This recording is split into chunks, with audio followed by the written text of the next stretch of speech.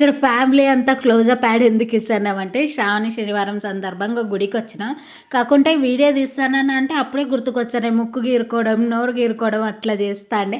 And గుడికి వచ్చినామని చెప్పినా కదా, శనిమాతం గుడికి వచ్చినామన్నమాట రాజదుర్గంలో మేమైతే. అండ్ ఈసారి మేము నవగ్రహాలు నవధాన్యాలు తీసుకొని పూజ చేపిస్తున్నాం.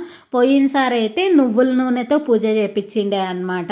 అండ్ చాలా రష్ ఉంది, గంట సేపు పైనే మేమైతే వెయిట్ చేసాం. అని ఈ స్వామి వెయిట్ చేపించినాడు అనమాట. అందుకోసమే మేము ఆ స్వామి ఇన్కమ్ అంతా క్యాలిక్యులేట్ చేస్తూ ఉండే అనమాట.